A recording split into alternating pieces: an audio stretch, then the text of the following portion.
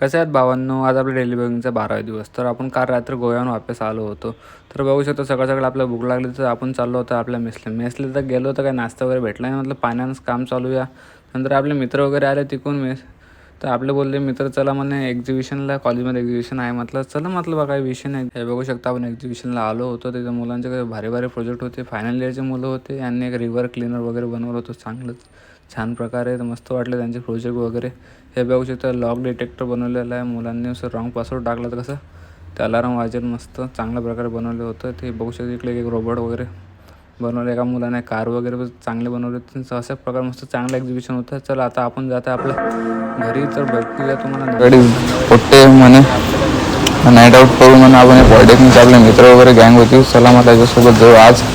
ते म्हणून आपल्या ब्लॉगमध्ये येतो म्हणे. बघू शकता आणि स्ट्रिंग वगैरे जिरा गिरा घेतला त्यासाठी. चला भेटू तुम्हाला उद्या. बाय.